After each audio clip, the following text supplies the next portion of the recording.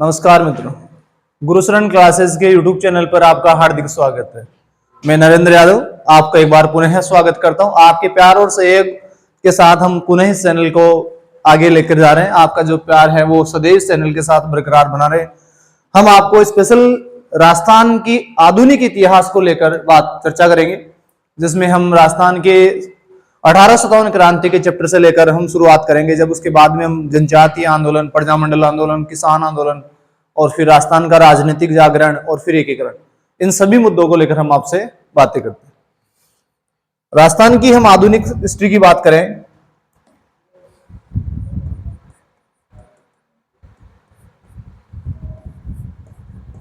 आधुनिक राजस्थान का इतिहास, आधुनिक राजस्थान का इतिहास, आज हम इस मुद्दे को लेकर बात करेंगे आपके सामने कि अपने जो हिस्ट्री है उसको हम 3 पार्ट में बांटते हैं। एक अपना प्राचीन काल का इतिहास, एक मध्यकाल का इतिहास और एक आधुनिक काल का इतिहास। उस आधुनिक काल वाले पार्ट पर हम आज चर्चा करने वाले हैं। हम राजस्थान के आधुनिक इतिहास में पढ़ते हैं तो वहां से महत्वपूर्ण जो मुद्दे लेते हैं। तो अपने राजस्थान के सभी शासकों के साथ जो सहायक संधियां हुई थी, तो सबसे इंपॉर्टेंट चैप्टर बनता है सहायक संधियों का। अंग्रेजों के साथ अपनी सहायक संधियां हुई, उनको लेकर अपना एक मुख्य बिंदु बनेगा। फिर उसके बाद में अपने 1857 की क्रांति, 1857 ईस्वी की क्रांति। अगला अपना बिंदु है आंदोलनों को लेकर हम चर्चा करेंगे। आंदोलनों की हम चर्चा करेंगे तो इस आंदोलन वाले पार्ट को हम 3 प्रकार से बांटते हैं। हम सबसे पहले बांटेंगे इसको एक किसान आंदोलन के रूप में। शुरुआत होती है किसान आंदोलन के रूप में। तो किसान आंदोलन, किसानों द्वारा अत्यधिक लाग बाग और लगान, इनके विरोध में अपने शासकों या सामंतों के विरुद्ध जो आंदोलन किया गया वो किसान आंदोलन कहलाए। फिर एक जनजाति विशेष द्वारा अपने अधिकारों की मांग करते हुए जो आंदोलन किए गए तो उन्हें कहेंगे हम जनजातीय आंदोलन, जनजातीय आंदोलन। और तीसरा हम इसी कड़ी में नेक्स्ट अगला जो पॉइंट है वो डालेंगे प्रजामंडल आंदोलन, प्रजामंडल आंदोलन। इस प्रकार से हम इस चैप्टर को पढ़ेंगे, प्रजामंडल आंदोलन।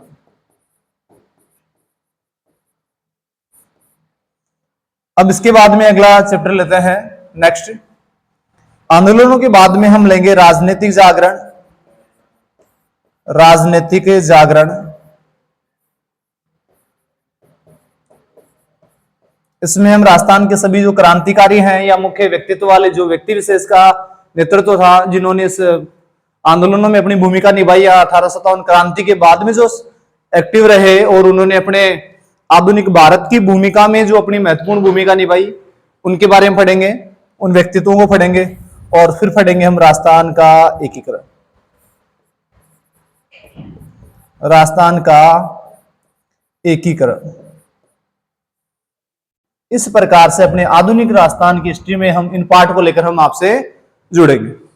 देखो, एक तो किसी वस्तु विशेष का एक विस्तार से अध्ययन करने के बाद में हम उसकी टेस्ट सीरीज चालू करें तो वहां पर अपने को सुविधा रहेगी, ताकि पूरी वस्तुएं अपने पूरा जो मैटर है पढ़ा हुआ मिलेगा।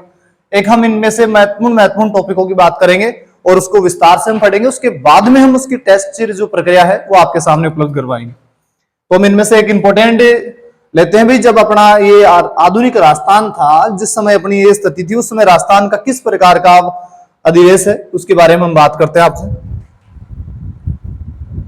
राजस्थान, राजस्थान नाम उस समय था, उसका जो भूभाग है उसे पुकारा जाता था राजपुताना। किस नाम से? राजपुताना के नाम से। 1800 ईस्वी में जॉर्ज थॉमस द्वारा इसे राजपुताना नाम से पुकारा गया, जॉर्ज थॉमस ने। नेक्स्ट हम आगे बात करेंगे इसकी। इस राजपुताना में जो रियासतें थी, उन प्रमुख रियासतों में मुख्यतः 19 रियासतों की हम चर्चा करेंगे। रियासत बराबर 19। कितनी रियासतें हैं? 19 रियासतें। और यदि उसी समय की इसकी और बातें करें तो राजस्थान में ठिकाने थे बेटा 3। ठिकाने थे 3 और एक चीफ कमिश्नर प्रांत भी है, चीफ कमिश्नर प्रांत, और वो है एक, ये है अजमेर मेरवाड़ा, अजमेर मेरवाड़ा। इसी मेर के लोगों को इकट्ठा करके यहां से एक मेरवाड़ा बटालियन बनाई गई थी, मेरवाड़ा बटालियन। जब हम कला संस्कृति पढ़ते हैं यहां से, तो मेर के मीणाओं की हम विशेषकर बात करेंगे। लाछा गुजरी की गायों का उन्होंने अपहरण किया था, तो मेर के मीणाओं की हम वहां से बात करेंगे। तो ये अपने कुछ स्थान हैं, अपनी रियासतें हैं। राजस्थान के उस समय 19 रियासतें, 3 ठिकाने हैं और एक चीफ कमिश्नर प्रांत है अजमेर मेरवाड़ा। अजमेर मेरवाड़ा है आजादी के बाद भी अपना एक मुख्य प्रांत रहा, और इस प्रांत के राजस्थान में एकमात्र मुख्यमंत्री भी रहे हरिभाऊ उपाध्याय। इस सेक्टर के मुख्यमंत्री बने रहे 1956 तक हरिभाऊ उपाध्याय, हरिभाऊ उपाध्याय। इनके द्वारा जब अपना राज्य पुनर्गठन आयोग बना और उसने इसके विलय की बात की, तो इनके द्वारा उसका विरोध भी किया गया और ये 1956 तक यहां के मुख्यमंत्री बने रहे हरिभाऊ उपाध्याय। यहां इनके नेतृत्व में जो मंत्रिमंडल था उसे कहते थे बेटा दारा सभा। कौन सभा? दारा सभा। तो दारा सभा के रूप में ये क्रियान्वित यहां पर थी, जिसका नेतृत्व था सीएम हरिभाऊ उपाध्याय के द्वारा। इन 19 रियासतों में हम बात करें सबसे इंपॉर्टेंट, तो देखो सबसे बड़ी रियासत है राजस्थान की, राजस्थान की क्षेत्रफल के आधार पर, क्षेत्रफल के आधार पर, क्षेत्रफल के आधार पर सबसे बड़ी रियासत, सबसे बड़ी रियासत, क्षेत्रफल के आधार पर सबसे बड़ी रियासत की बात करें तो आज जहां पर सर्वाधिक क्षेत्र वाले जिले हैं उन जिलों से हम लेकर बात करते हैं। तो अपना सबसे इंपॉर्टेंट रियासत है उस समय मारवाड़। मारवाड़ जो रियासत है उसे हम आज जोधपुर संभाग के रूप में जानते हैं, जोधपुर संभाग। तो ये क्षेत्रफल में राजस्थान की सबसे बड़ी रियासत है। राजस्थान की सबसे प्राचीन रियासतों में हम बात करें तो राजस्थान की सबसे प्राचीन रियासत, राजस्थान की सबसे प्राचीन रियासत, राजस्थान की सबसे प्राचीन रियासत, यदि हम इस रियासत की बात करेंगे तो ये रियासत है बेटा मेवाड़। कौन सी रियासत है? मेवाड़, जिसके रूप में हम जाने आज उदयपुर संभाग में इसका विस्तार था, उदयपुर इसकी कभी राजधानी भी रही है। आगे हम बात करें मेवाड़, तो मेवाड़ की यदि हम बात करेंगे तो राजस्थान में एक ऐसी रियासत या विश्व की हम सर्वाधिक बात कर ले इसको लेकर, तो सबसे लंबे समय तक ऐसी रियासत जिसने अपने यहां पर शासन किया हो या कोई ऐसा वंश जिसने सबसे लंबे समय तक एक ही स्थान पर शासन किया हो, तो वो अपने वंश है जिसका नाम है बेटा गुहिल वंश। गुहिल वंश, इसी वंश की एक शाखा है जिसका नाम था बाद में दोबारा शासन करने के कारण वो सिसोदा ग्राम के होने कारण कहलाए सिसोदिया वंश, जो आज तक भी यहां पर अपना गौरवशाली इतिहास निभा रहा है। राजस्थान के क्षेत्रफल के आधार पर सबसे बड़ी रियासत होगी मारवाड़, सबसे प्राचीन रियासत होगी मेवाड़, सबसे नवीन रियासत की हम बात करें, सबसे नवीन रियासत, सबसे नवीन रियासत तो वो है बेटा झालावाड़। कौन सी रियासत? झालावाड़, अंग्रेजों के शासनकाल में निर्मित रियासत है झालावाड़। आगे हम बात करें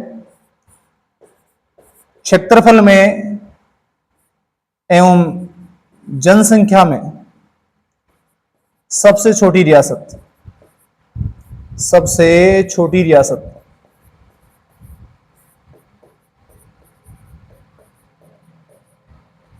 क्षेत्रफल में और जनसंख्या में सबसे छोटी रियासत वो है बेटा सापरा।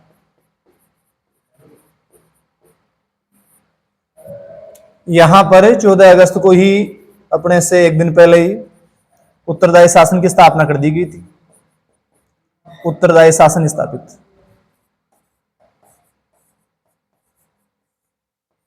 उत्तरदायी शासन की स्थापना।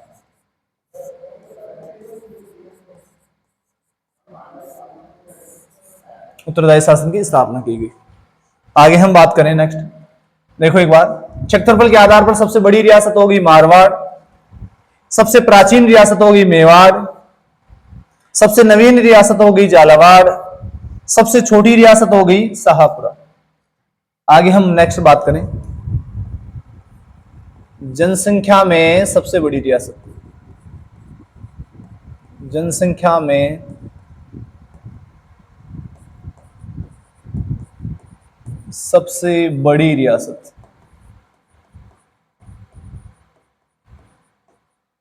सबसे बड़ी रियासत तो वो बेटा है अपनी जयपुर। और आज भी यदि हम जयपुर का जनसंख्या घनत्व देखें तो राजस्थान में सर्वाधिक है। तो उसी समय प्राचीन काल में भी यहाँ का जो जनसंख्या है वो सर्वाधिक रही है। तो राजस्थान में जनसंख्या के आधार पर सबसे बड़ी रियासत है जयपुर, बल्कि क्षेत्रफल की हम बात करेंगे तो सबसे बड़ी रियासत हो जाएगी मारवाड़। इस प्रकार से रियासतों की बात होगी। अब एक रियासत है अपनी जो एकमात्र है, तो एकमात्र मुस्लिम रियासत, एकमात्र मुस्लिम रियासत, एकमात्र मुस्लिम रियासत है टोंक।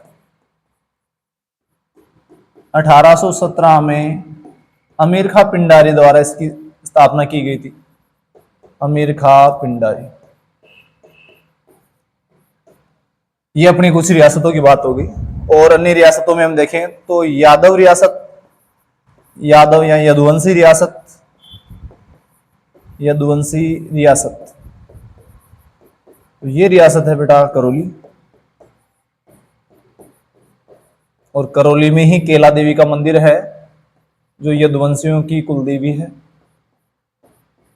केला देवी मंदिर यदुवंशियों की कुलदेवी का मंदिर है। आगे हम बात करें जाट रियासत,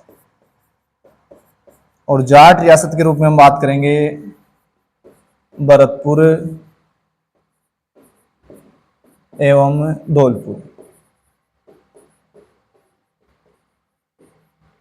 ये दो रियासतें हैं जाट रियासत के रूप में।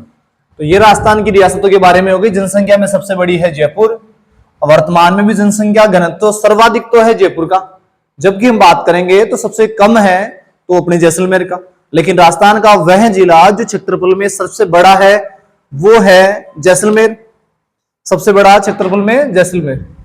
आगे हम बात करें, एकमात्र मुस्लिम रियासत है टोंक, यदुवंशी या यादव रियासत है करौली, और जाट रियासत के रूप में हम जानेंगे भरतपुर को और धौलपुर को। नेक्स्ट आगे हम लेकर बात करें इनको, जब अपने 1857 की क्रांति होगी उससे पहले यहां के लगभग अधिकांश शासकों ने अंग्रेजों के साथ सहायक संधियां कर ली। सहायक संधि का जो पैटर्न है लॉर्ड वेलेस्ली द्वारा 1798 में लेकर आए। सबसे पहले हैदराबाद के निजाम द्वारा सहायक संधियां की गई। उसके बाद में अपने सहायक संधियों में सबसे पहले और बात करें तो 1803 में भरतपुर और अलवर के शासकों द्वारा सहायक संधियां की गई। फिर 1817 में करौली के शासकों द्वारा, फिर उसके बाद में कोटा के शासकों द्वारा सहायक संधि की गई। सर्वाधिक सहायक संधियां अपने राजस्थान में की जाती हैं, तो सर्वाधिक सहायक संधियां राजस्थान में 1818 में की गई। 1818 में कर्नल जेम्स टोड और चार्ल्स मेटकोफ है, उनके निर्देशन में ये सहायक संधियां हुई। फिर उसके नेक्स्ट बात करें हम आगे, सबसे अंतिम रियासत के रूप में हम जानेंगे सिरोही को। सिरोही के राजा सिंह द्वारा सबसे अंत में 1823 में सहायक संधियां की जाती है। सहायक संधियों के दौरान राजस्थान की सभी रियासतों में एक एक पॉलिटिकल एजेंट को नियुक्त किया गया, जो उस राजस्थान की उस रियासत के राजनीतिक कार्यों में या राजनीतिक समस्याओं के अंतर्गत या कोई भी संधि वगैरह करने के संदर्भ पर भूमिका निभाया करता था। तो उनको लेकर हम बात करते हैं। देखिए अपने पॉलिटिकल एजेंटों को लेकर, तो 1857 क्रांति के समय एक बार पॉलिटिकल एजेंट है राजस्थान के, उनका भी हम एक बार इधर से देख लेते हैं। 1857 ईस्वी की क्रांति के समय राजस्थान की स्थिति,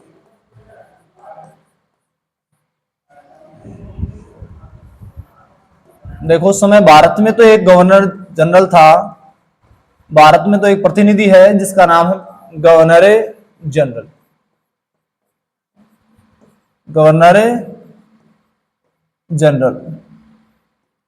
राजस्थान के संदर्भ में हम बात करें इसकी, तो राजस्थान में इसका प्रतिनिधि करने वाले हैं एजीजी। गवर्नर के अधीन जो यहां कार्य कर रहा है उसका नाम है AGG, agent of governor general. Agent of governor general. Agent of governor general. उसके बाद में राजस्थान की प्रत्येक रियासत थी, वहां रियासतों में नियुक्त किया गया, तो रियासत बराबर हम नियुक्त करेंगे पॉलिटिकल एजेंट को, पीए, पॉलिटिकल एजेंट, इनको नियुक्त किया जाएगा। ये उस समय की स्थिति है अपने राजस्थान में।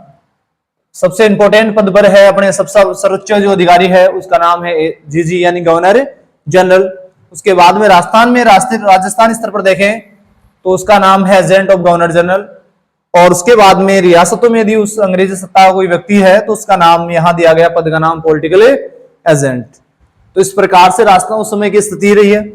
अब यहां पर जो शासक हैं और उनके समय पॉलिटिकल एजेंट है उनकी हम बात करेंगे बात।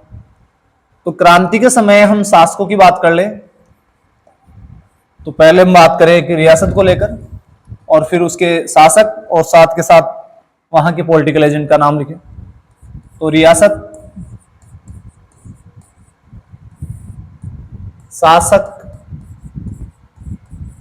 और उस शासक का वहां का पॉलिटिकल एजेंट, तो इनको लेकर हम बात कर रहे हैं। रियासत में हम बात करें तो मेवाड़। मेवाड़ का उस समय शासक है महाराणा स्वरूप सिंह। महाराणा स्वरूप सिंह। और पॉलिटिकल एजेंट की बात करें तो यहां का है मेजर सावर्स।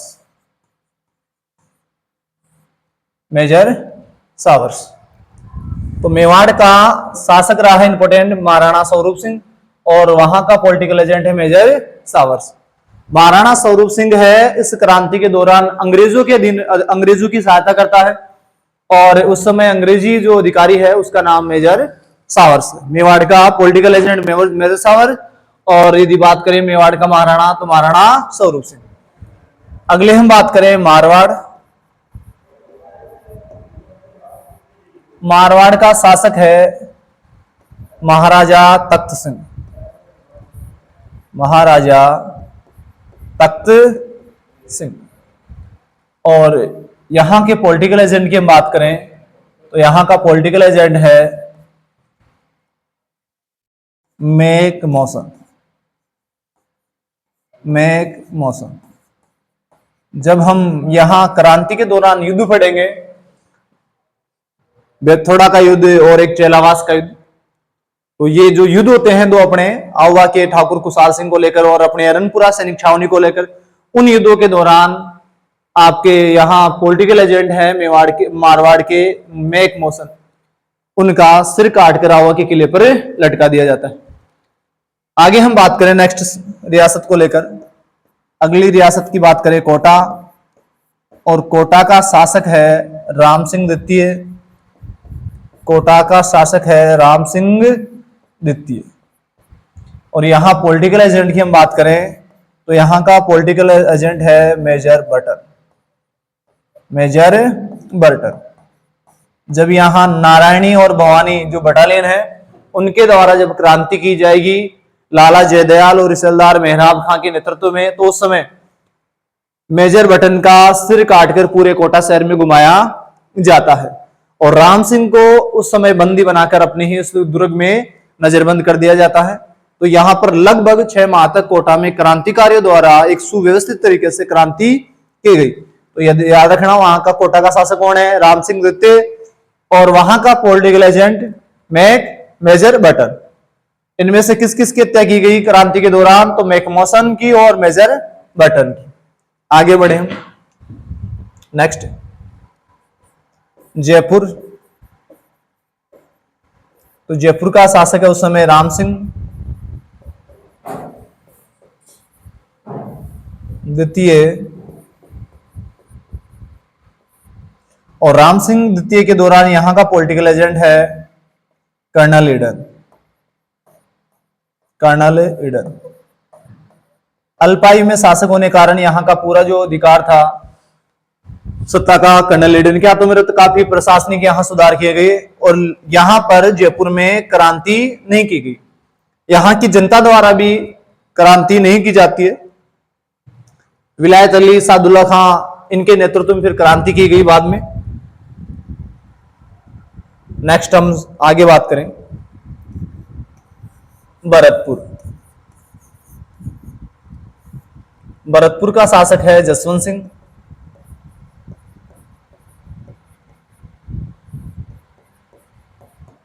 और यहां का पॉलिटिकल एजेंट है मॉरिसन। उत्तरी और पश्चिमी जो अंग्रेजी केंद्र था आगरा, वहां के अंग्रेज अधिकारी थे कोलविन, उनके द्वारा जब क्रांति होती है तो मॉरिसन को आगरा बुला लिया जाता है। नेक्स्ट हम आगे बात करें सिरोही, और सिरोही का शासक है शिव सिंह, और वहां का पॉलिटिकल एजेंट है जेडी होल। ये 1857 क्रांति के दौरान अपने कुछ महत्वपूर्ण शासक और वहां के पॉलिटिकल एजेंट, तो इनको एक बार वापस देखें हम दोबारा। देखो, मेवाड़ रियासत है, मेवाड़ रियासत का उस समय शासक रहा है महाराणा स्वरूप सिंह, और पॉलिटिकल एजेंट है मेजर सावर सिंह। नीमच सैनिक छावनी के जब क्रांतिकारी यहां से आगे बढ़ेंगे तो उनको मुक्त कराकर वापस उनको अपने महाराणा की शरण में ले जाने वाले पॉलिटिकल एजेंट मेजर सावर्स। आगे देखें मारवाड़। मारवाड़ के शासक हैं तख्त सिंह। यदि बात करें अजमेर के सैनिकों या नसीराबाद के क्रांति के जो सैनिक आए उनको कहां के शासक ने शरण दी, तो मारवाड़ के शासक द्वारा उनको शरण दी जाती है, और पॉलिटिकल एजेंट है मैग मौसम।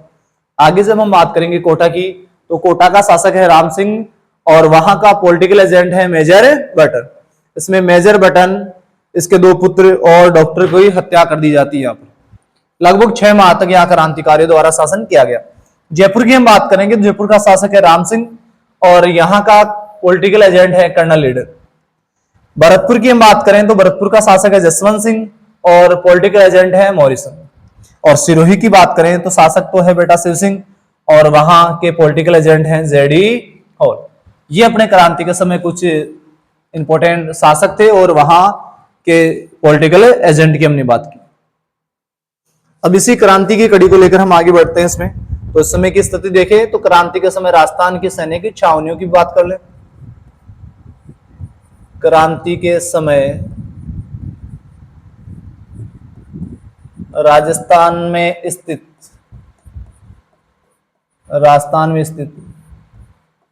सैनिक छावनियां।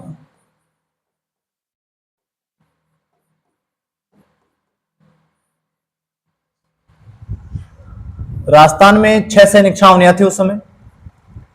उनकी हम एक साधारण से ट्रिक बना लेते हैं, पहले एक देखते हैं पहले एक बात सबको। तो एक है बेटा अपना सबसे इंपोर्टेंट सैनिक छावनी है नसीराबाद।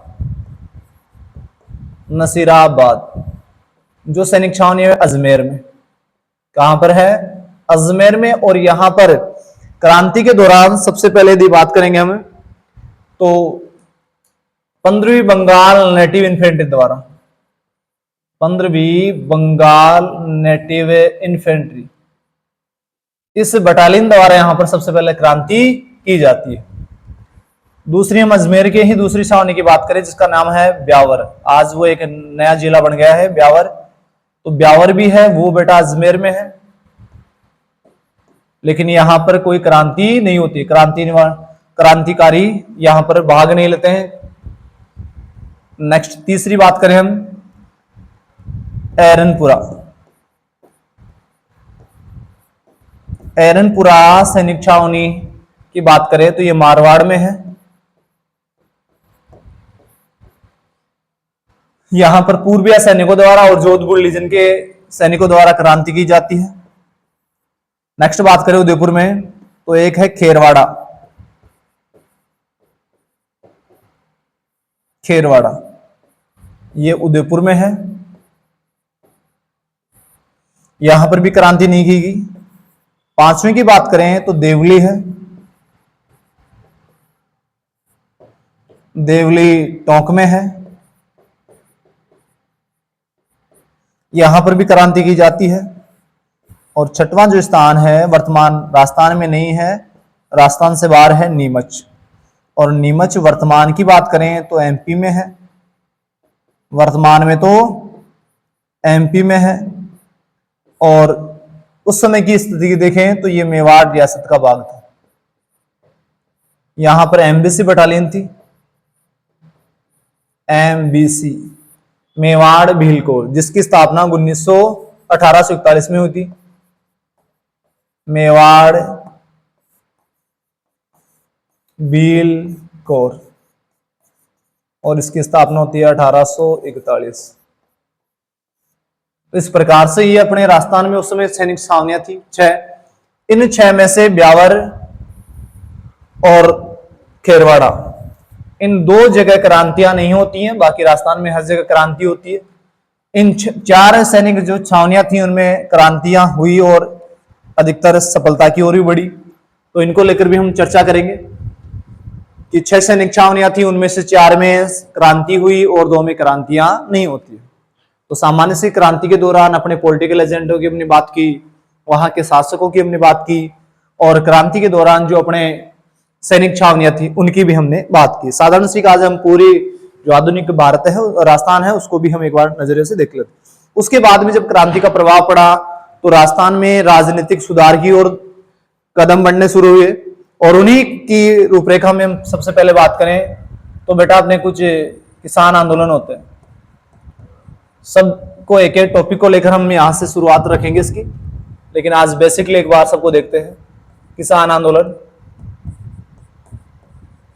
और किसान आंदोलनों में हम बात करेंगे आज सबसे इंपॉर्टेंट किसान आंदोलन तो ले लेंगे बेटा बिजोलिया किसान आंदोलन। बिजोलिया किसान आंदोलन, इनके 3 चरण पढ़ेंगे हम आंदोलन के।